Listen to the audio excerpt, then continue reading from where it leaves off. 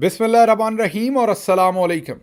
2 अगस्त और पाकिस्तान में हफ्ते की सुबह। आज की अहम तरीन खबरों में सबसे पहले इस्लामाबाद में होने वाली अपोजिशन इत्तेहाद की तगड़ी बैठक।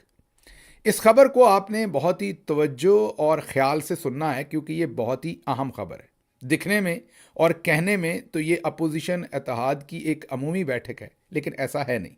एक तो इसका अलामिया बहुत ही जानदार है और उसके साथ साथ इस बैठक से पहले, इसके दौरान और उसके बाद के जो हालात हैं उससे हमें मुस्तकबिल का कोई नया मंजरनामा बनते हुए नज़र आ रहा है। हम इसके ऊपर अपना तज्जिया भी आपके सामने रखेंगे, उस तज्जिए की वजह भी आपके सामने रखेंगे, लेकिन पहले कुछ फैक्ट्स आपके सामने रखते हैं। अपोजिशन इत्तेहाद की ये जो बैठक हुई उसके अलामिये में क्या कुछ शामिल था वो बताते हैं, लेकिन पहले अपोजिशन इत्तेहाद की इससे पहले भी एक बैठक इस्लामाबाद में हुई थी। जब तब ये बैठक करने की कोशिश की गई थी तो तब भी होटल्स पर, रेस्टोरेंट्स पर पाबंदियां लगाई थी कि कोई इनको अपनी जगह ना दे, वेन्यू ना दे जहां पर ये अपोजिशन इत्तेहाद बैठकर बात कर सके। इस बार फिर वही सब कुछ वैसे ही रिपीट किया गया। मुस्तफ़ा नवाज़ खोखर साहब ने एक बहुत ही उम्दा कंटीजेंसी प्लान बनाया हुआ था।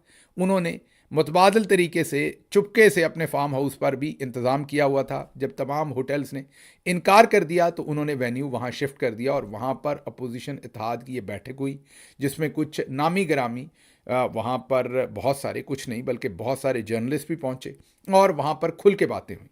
तो अब ये तो मंजरनामा है कि इस मुलाकात को रोकने की कोशिश की गई, लेकिन आखिर पर यह बताऊंगा कि सिस्टम के अंदर से ही रोकने की भी कोशिश हो रही थी और ना रोकने की भी कोशिश हो रही थी। वो क्या था वो आपको तज्जिए में बताऊंगा। फैक्ट्स इसके जो वहाँ पर ओवरऑल अलामिया जारी हुआ उसमें जो अमूमी बातें थी वो तो थी कि जमहूरियत की बहाली होनी चाहिए, ना हक कैद जितने भी सियासी कैदी उन्हें रिहा होना चाहिए और मैंडेट की वापसी होनी चाहिए, जमहूरियत की वापसी होनी चाहिए, फ्री एंड फेयर इलेक्शन होना चाहिए, मीडिया की आज़ादी होनी चाहिए। ये तो अमूमी बातें, लेकिन अब कुछ ख़ास बातें। अब वो कहते हैं ना 100 सुनार की एक लोहार की। अब जो फील्ड मार्शल साहब का पूरा शीशे का उन्होंने एक घर बनाया हुआ है, उसको जो छोटे छोटे पत्थर ही आप उन्हें कह लें, वो सीधे बिल्कुल ताक कर मारे गए हैं। वो कौन कौन से हैं वो ज़रा आपके सामने रखते हैं। सबसे पहले तो ये कहा गया कि ये जो SIFC है ये एक गैर कानूनी, गैर आइनी सेटअप है। ये एक मतवाजी, एक हुकूमती स्ट्रक्चर ढांचा बना डाला है। इसको फौरी ख़त्म किया जाए, ये गैर आइनी है और इसके तहत अभी तक जो कुछ हुआ है उसको ख़त्म किया जाए और रिवर्स किया जाए। SIFC को गैर आइनी कहना तो जनरल आसिम मुनीर को ही गैर आइनी कहना है और अपोजिशन इत्तेहाद का ये कहना बिल्कुल दुरुस्त है, मैं बिल्कुल उसके साथ खड़ा हूँ। लेकिन इसका कह देना बड़ी वाकई जुर्रत की बात है और सताइश की बात है। पाकिस्तान में बैठ के इसका कहना, अपोजिशन इत्तेहाद ने ये कमाल की बात की है। तो ये पहला नंबर आपने नोट कर लेना है कि जो सबसे बड़ा ब्रेन चाइल्ड है फील्ड मार्शल आसिम मुनीर साहब का, वो SIFC है, जिससे वो अपना जादू चलाना चाहते हैं, मुल्क के लोगों की तकदीर बदलना चाहते हैं। जो 77 साल से उनके पहले आने वाले, जो उनसे पहले आर्मी चीफ थे, वो भी कोशिश करते रहे हैं। मैं सियासी मुदाखलत की बात कर रहा हूँ अभी भी, और SIFC उनका सबसे बड़ा हथियार है, तो उसके ऊपर कारी ज़रब लगाई है कल अपोजिशन इत्तेहाद ने। तो ये पहली बात नोट कर लीजिए। आगे उन्होंने कहा है कि 26वीं तरमीम पाकिस्तान के चेहरे पर, पाकिस्तान के आइन पर एक धब्बा है, इसे वापस होना चाहिए। अब इसी 26वीं तरमीम में से army chief, air chief, naval chief, उनकी एक्सटेंशंस निकलती हैं। अब ये जहन में रखिए कि आर्मी चीफ रिटायर होने वाले हैं अगले 2 से 3 महीने में। उसके आगे जो उनका टेन्योर है वो सारे का सारा जो है वो उनको इसी 26वीं तरमीम के तफ़ैल ही मिल रहा है। हम एक और वीलॉग करेंगे जिसमें इस सारे सिस्टम के अंदर क्या हो रहा है वो भी आपको बताएंगे, अंदर की कुछ खबर है। लेकिन फिलहाल अपोजिशन इत्तेहाद की बैठक पर रहते हैं। उन्होंने कहा कि 26वीं आईनी तरमीम, जिसमें से ये सब अदालतें निकली हैं, ये जो कुछ भी इस वक्त हो रहा है पाकिस्तान में, जस्टिस याया अफरीदी से लेके हाई कोर्ट के अंदर चीफ जस्टिस और फील्ड मार्शल साहब का अपने आप को मजबूत कर लेना, अपने आप को एक्सटेंशन दिलवा लेना, अपने साथियों को एक्सटेंशन दिलवा लेना, ये सब कुछ उसी का अहवाल है या उसी का एक आउटकम है। उसको ये अपोजिशन इत्तेहाद कह रही है कि वो काला धब्बा है और इसको रिवर्स किया जाना चाहिए। अगली बात, ग्रीन इनिशिएटिव। याद है हमारी प्यारी बाजी मरियम और आर्मी चीफ साहब गए थे, बाजी ने शायद हरा कचूर, ये पंजाबी का एक्सप्रेशन है, हरा कचूर, जब हम कहें कि बहुत गहरा सब्ज रंग तो उसे पंजाबी में हरा कचूर कहते हैं हम। तो हरा कचूर मेरा ख्याल है लिबास ज़ेब-ए-तन किया हुआ था, वहाँ पर पहुँचे थे। याद कीजिए बहुत तनकीद हुई थी और उसके बाद फिर बाद में वो रश्के कमर वाला हुआ था जो लाहौर के अंदर एक बैठक हुई थी जिसमें मेरा ख्याल फोर्ट्रेस स्टेडियम के अंदर वो एक इवेंट हुआ था। लेकिन उससे पहले ये ग्रीन इनिशिएटिव वाली पहली अपीयरेंस थी बाजी मरियम की किसी भी फील्ड मार्शल साहब का जो इनिशिएटिव था उसके अंदर। लेकिन ग्रीन इनिशिएटिव की एक तो वो हरी कचूर तस्वीरें हैं, उनकी मैं बात नहीं कर रहा, उसके साथ उसकी कुछ भयानक साइड्स भी हैं। एक तो मज़ारीन से ज़मीनें छीनी गई और छीन कर कॉर्पोरेट फार्मिंग के नाम पर या मिलिट्री फार्म्स के नाम पर बड़ी बड़ी पार्टीज़ को दी गई। मैं 2 से 3 ऐसे लोगों को ज़ाती मैं ये कहूँगा कि हैसियत में जानता हूँ जिनका एग्रीकल्चर से कभी कोई लेना देना नहीं रहा ज़िंदगी में, और उन्हें हज़ारों एकड़ ज़मीन इस ग्रीन इनिशिएटिव के अंदर दी गई और उनमें से कईयों ने आगे बेच दी। उन्होंने मिलिट्री के अंदर से कुछ दोस्तों के साथ मिलकर ये ज़मीन हासिल की, कुछ सर्विंग ऑफिसर्स के साथ मिलके, और आगे फॉर एग्जांपल उन्होंने 5 रुपए में ये पट्टे पे ली, आगे उन्होंने 500 रुपए में या उन्होंने 300 रुपए में, मीन बहुत हैवी प्रॉफिट के साथ आगे बेच दी। तो ये भी एक करप्ट प्रैक्टिस हुई वहाँ पर ग्रीन इनिशिएटिव के नाम पर। अपोजिशन इत्तेहाद ने कहा कि इसको भी वापस किया जाए, जिन मज़ारीन से ज़मीन छीनी गई उनको वापस दी जाए। उसी में सिंध की नहरों का प्रोजेक्ट भी है, ये भी आपने ज़हन में रखना है।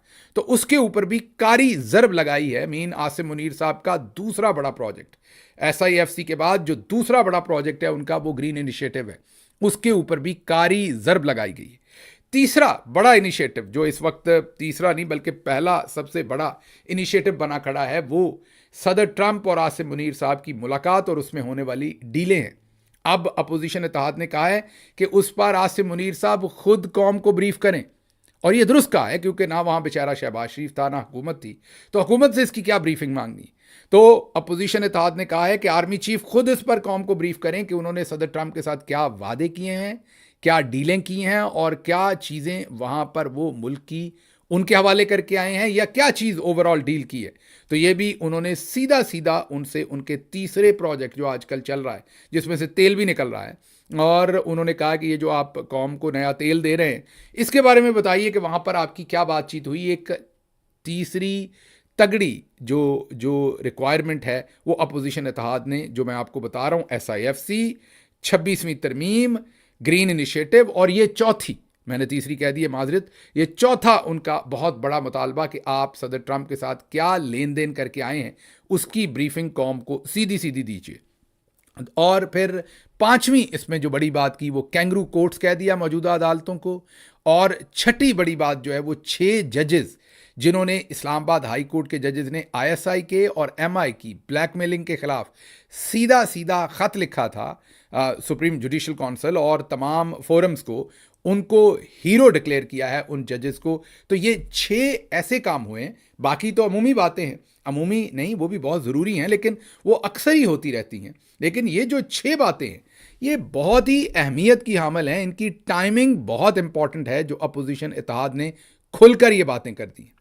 अच्छा, अब एक बात और बताऊंगा और फिर अपने तज्जिए पे आऊँगा कि ये जो बातें हैं उससे भी ज़्यादा इसका जो आउटकम किस तरीके से कौम के सामने डिस्प्ले हुआ है वो उससे भी अहम है।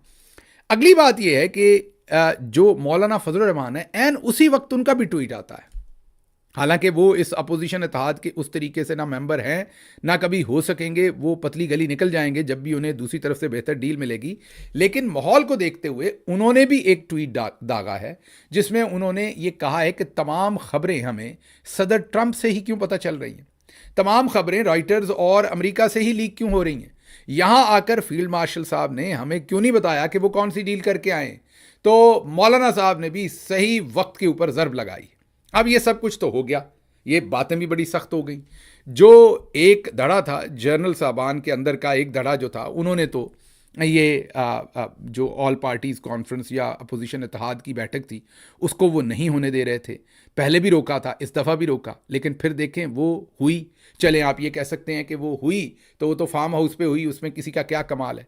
एक कमाल है, ये तमाम पाकिस्तानी मीडिया के ऊपर लाइव चली। जी हाँ, दुरुस्त सुन रहे हैं, गौर से इस बात को दोबारा सुनिए, ये तमाम पाकिस्तानी मीडिया पर लाइव चली। ये है वो तब्दीली, ये है वो सिचुएशन। मैं दोबारा कह दूं, मैं ट्रक की बत्ती के पीछे आपको नहीं लगा रहा। जब एक फिजिशियन के सामने आपको मसला बताते हैं और मसला गंभीर हो तो उसे आपकी रिपोर्ट्स देखना पड़ती हैं। बगैर रिपोर्ट्स वो अंदाज़ा लगा के आपको बता सकता है जो उसका सारी ज़िंदगी मेडिकल साइंस के अंदर मुशाहिदा रहा होता है, जो उसने मेडिकल कॉलेज में सीखा होता है, जो उसने उसके बाद अपनी हाउस जॉब में सीखा होता है या अपनी प्रैक्टिस में।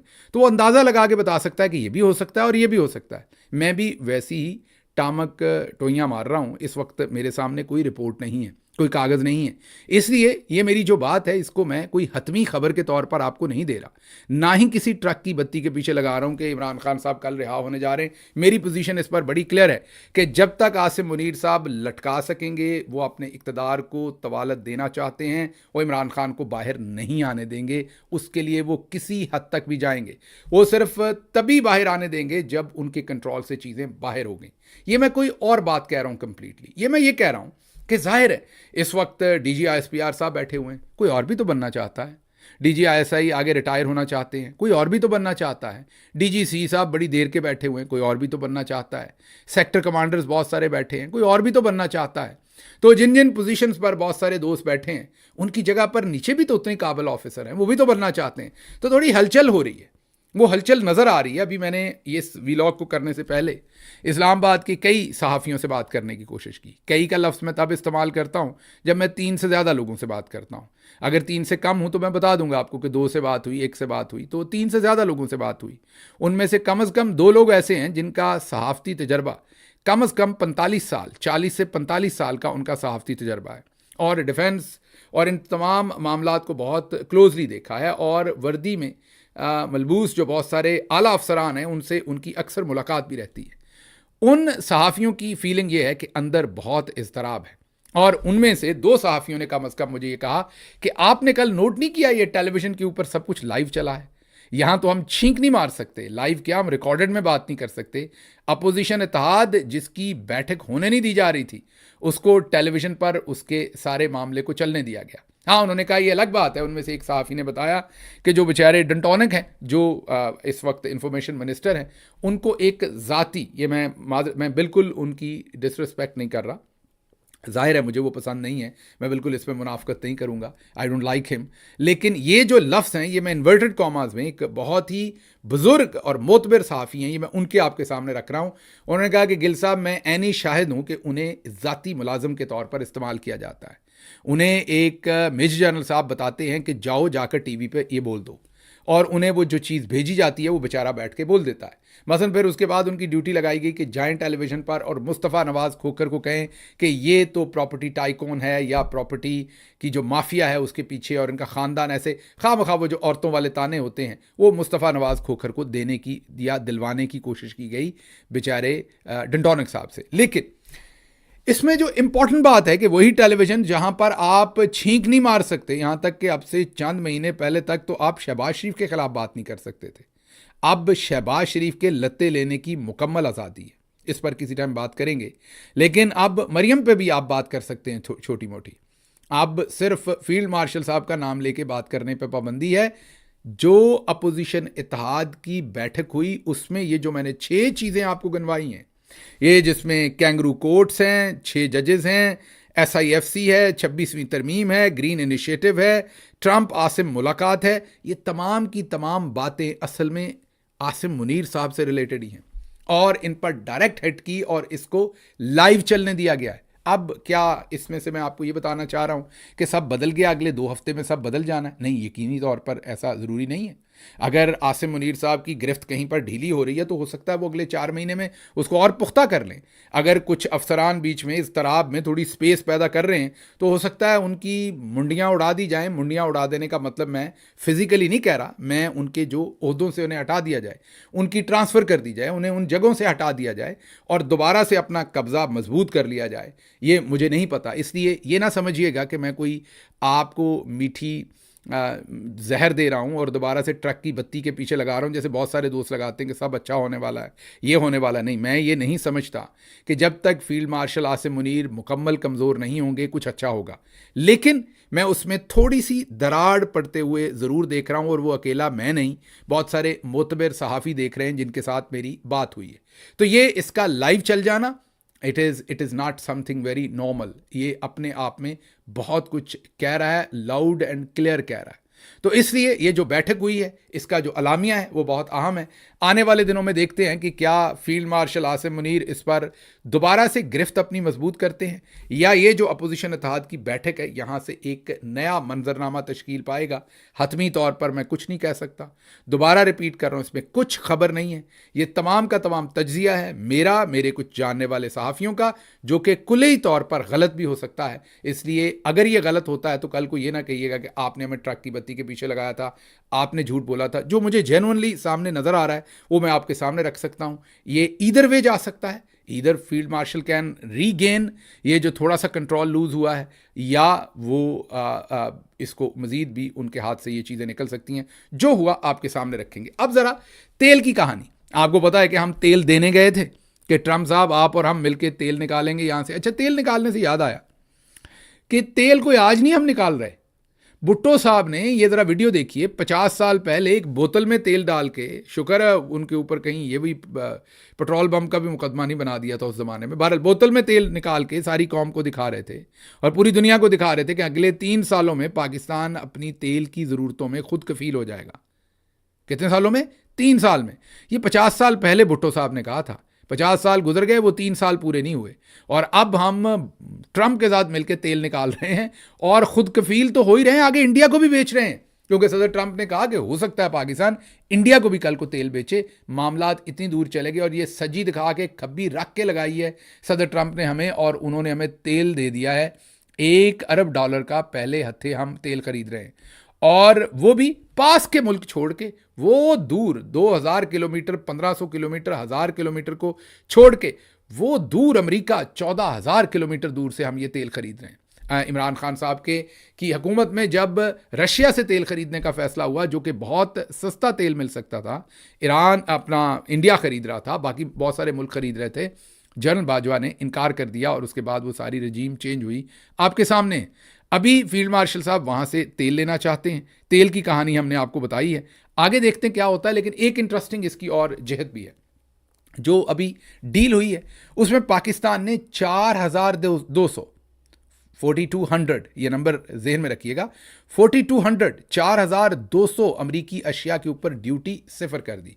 शून्य, हिंदी का लफ्ज़ है शून्य, सिफर, बिल्कुल सिफर कर दी। और जो पाकिस्तानी मसनूआत हैं उन पर अमेरिका ने कितनी ड्यूटी कर दी है? 19%। पाकिस्तान ने अमेरिका से $1 अरब का तेल भी लेना है। ये पहले मरहले में $1 अरब, ये पता नहीं कितनी बार ये दोबारा खरीदेंगे हम, लेकिन पहले मरहले में $1 अरब का 4200 अमरीकी मसनूआत की दरामद पर टैरिफ सिफर। अमेरिका से तेल खरीदारी पर 19% टैरिफ अमेरिका लगाएगा, बाकी प्रोडक्ट के ऊपर भी। और ये अजीम डील बनाकर जो है वो हमें बताई जा रही है। जो अमेरिका से हम तेल दरामद करेंगे उस पर भी पाकिस्तान में ड्यूटी सिफर होगी, उन 4200 में तेल भी आएगा। तो अब ये सोच लीजिए कि कितनी ज़बरदस्त डील मेकर है वो। तो खैर हमें जो फील्ड मार्शल साहब की परफॉर्मेंस है वो तो हमें पहले नज़र आ गया हर चीज़ पे। मसलन SIFC $100 अरब लेके आना था, रिजल्ट क्या आया? सिफर। ग्रीन इनिशिएटिव का रिजल्ट क्या आया? सिफर। आपके सामने जो दूसरे उन्होंने बहुत सारे प्रोजेक्ट्स शुरू किए, जो भी जैसे भी प्रोजेक्ट्स है, उन सब के रिजल्ट्स क्या आए हैं वो आपके सामने सिफर हैं। भले वो जजेस का हो, अदलिया को, 26वीं तरमीम का हो, सब कुछ आज बैकफायर कर रहा है चीज़ें। और चलें और छोड़ देते हैं। उन्होंने इल्ज़ाम ये लगाया कि इमरान खान साहब से मेरी ज़ाती मुखालफत ये है कि उनकी बीवी ने करप्शन की थी, मैं फ़ाइल लेके गया था और जिसकी वजह से मुझे हटा दिया गया। अब वो आर्मी चीफ बने थे, उनका टेन्योर ख़त्म होने वाला है, 2 से 3 महीने रह गए। अभी तक वो जो फाइल इमरान खान के पास लेके गए थे और उसमें इल्ज़ाम था कि जो लोगों को ये बताते थे मुबैना तौर पर कि पंजाब के अंदर ये सारी करप्शन हुई, तो ज़ाहिर है वहाँ पर बुज़दार था पंजाब के अंदर, वहाँ पर और लोग उसके साथी थे। जाहिर है ये आजकल जिनको चीफ सेक्रेटरी लगाया हुआ है पंजाब में, ये वहाँ पर बुज़दार के दस्ते राज थे, खुसूसी उनके सेक्रेटरी थे, मोतबर तरीन पोजीशंस के ऊपर इन्हें अपॉइंट किया था। ये हेल्थ सेक्रेटरी रहे हैं, उसके बाद ये साउथ पंजाब के एडिशनल चीफ सेक्रेटरी रहे हैं। मतलब कि बुज़दार साहब के बहुत ही करीबी ब्यूरोक्रेट्स में से एक थे और कहा जाता था कि ब्यूरोक्रेट्स के थ्रू बुज़दार साहब ने करप्शन की। तो बुज़दार साहब भी वहाँ पर खाली फिर रहे हैं। जो आज के चीफ सेक्रेटरी हैं, मतलब जो बुज़दार साहब के कलीदी आदमी थे वो आज के चीफ सेक्रेटरी हैं, वो फाइल भी गायब है। तो नैरेटिव पर भी जो जो हमारे मोहतरम फील्ड मार्शल साहब हैं उनको कोई कामयाबी नहीं हुई। ये जो प्रोजेक्ट थे इन पर भी कोई कामयाबी नहीं हुई, वो फाइल भी गुम हुई है। लेकिन इमरान खान और उनकी बीवी सख्त तरीन जेल काट रहे हैं आपके सामने। इमरान खान और उनकी बीवी को वज़ू के पानी में भी मट्टी डाल कर दी जाती है। इमरान खान और उनकी बीवी पर इस कदर बुरे हालात और माहौल पैदा कर दिया गया कि किसी भी तरह से उनको तोड़ लिया जाए। उनके ना वहाँ पंखे चलते हैं, ना उन्हें किसी से मिलने दिया जाता है, ना उन्हें कपड़े जाते हैं।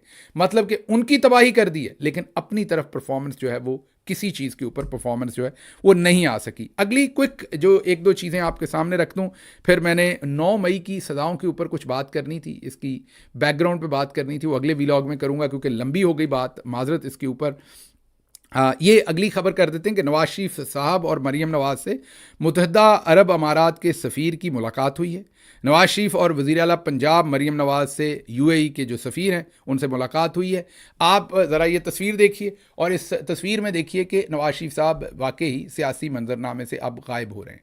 हालांकि हैं तो वो तस्वीर में, लेकिन तवक्कुआत जो यूएई की हैं वो नवाज शरीफ साहब से नहीं है। अगर आप यहाँ भी देखें तो जो मोहतरम सफ़ीर साहब हैं वो देख मरियम साहबा की तरफ रहे हैं। मतलब कि उनको तवक्कुआत जो हैं, जो इंगेजमेंट है, ऑफिशियल प्रोफेशनल इंगेजमेंट है, वो मरियम साहबा से ही हैं। बेचारे नवाज शरीफ साहब तो वैसे ही एक लेम डक के तौर पर दरमियान में डाले हुए हैं। आप देखिए हाथ वो उनसे मिला रहे हैं, देख वो मरियम साहबा को रहे हैं। और इसमें से अब कोई और आपने ख़बरें नहीं निकालनी, मैं जो खबर कह रहा हूँ उसी के ऊपर तवज्जो देनी है। और वो खबर ये है कि क्योंकि नवाज शरीफ साहब का अब सियासी रोल ख़त्म हो गया है, इसलिए वो एक आप ये कह सकते हैं कि मजबूरन हाथ तो मिला रहे हैं, लेकिन उनको पता है कि इनके पास कोई पार नहीं है, ये बेचारे ऐसे ही अपने दिन पूरे कर रहे हैं। इसलिए एंगेजमेंट उनकी जो प्रोफेशनल हो रही है वो मरियम नवाज साहबा के साथ ही हो रही है। तो इस चीज़ को भी मद्देनज़र रखिए। पहले वो सऊदी सफ़ीर से मिले हैं बाप बेटी, अब वो जो है वो यूएई के सफ़ीर से मिले हैं। तो इन चीज़ों को भी ज़रा, ये जो अपोजिशन की बैठक है, फील्ड मार्शल साहब का हर चीज़ में उनका जो बयानिए से लेके उनके जो दूसरे मामलात हैं उसमें हर रोज़ नीचे जाना है। इन सारी चीज़ों को इकट्ठे कीजिए तो आपको चीज़ें समझ आएंगी कि कुछ बड़ा होने जा रहा है। खबरें और भी थीं, इन पर भी बात करेंगे, लेकिन फ़िलहाल मुझे यहाँ से इजाज़त दीजिए। अल्लाह आपका हामी और नासिर हो। पाकिस्तान जिंदाबाद।